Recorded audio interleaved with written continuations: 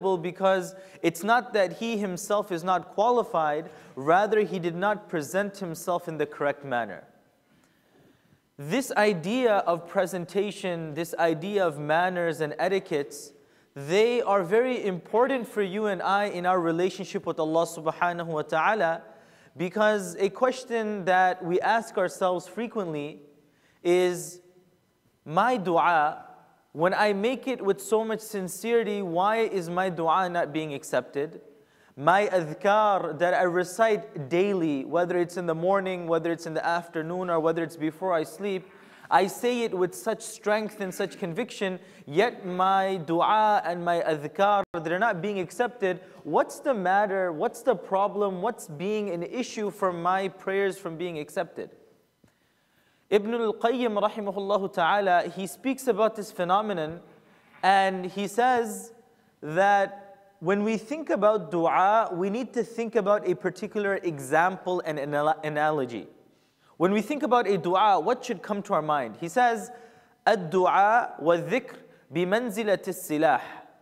That your dua, your prayer to Allah subhanahu wa ta'ala, and your adhkar, your supplication, your daily awrad, these actions that we do when we are asking of Allah subhanahu wa ta'ala, it's very similar to a sword.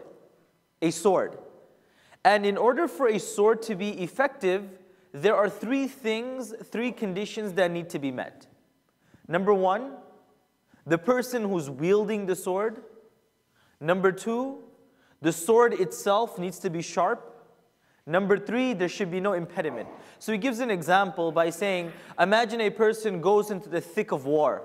He's in the thick of a battle, and he's about to engage an opponent in a combat. And he wants to use his sword, but his sword cannot be of any use if he himself, he's weak. Assume his hands don't work. Assume he doesn't have the strength to lift up the sword, then he is useless.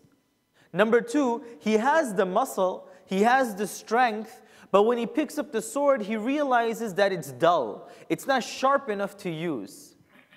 All right? Number three, he has the muscle, the sharpness of the sword is sufficient, but number three, it's stuck inside of his sheath. It's stuck inside of his container. He can't pull it out.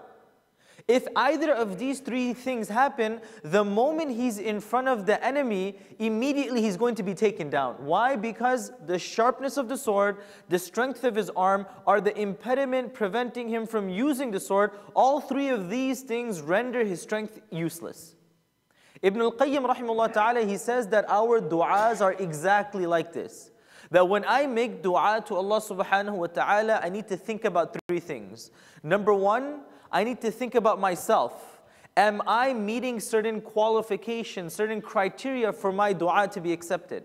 Number two, my dua, is my dua being done in the appropriate, in the correct manner in order for it to be accepted? And number three, is there an impediment for my dua being accepted? If any of these three components are missing, then just like my strength in war would be useless, similarly my dua will not be equally effective. Three things: myself, the dua, as well as any impediments preventing the dua from being accepted.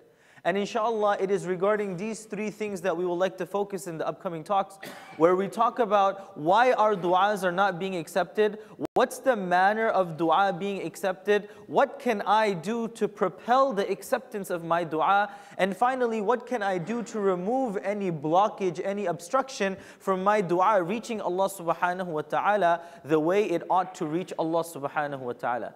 May Allah subhanahu wa ta'ala allow us to make dua. May Allah subhanahu wa ta'ala accept our prayers.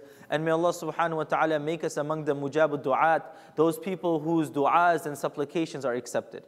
Subhanallah wa bihamdih, subhanakallahumma wa bihamdik, ashhadu an la ilaha illa anta astaghfiruka wa atubu ilayk. Jazakumullahu khairan, wassalamu alaikum wa rahmatullah.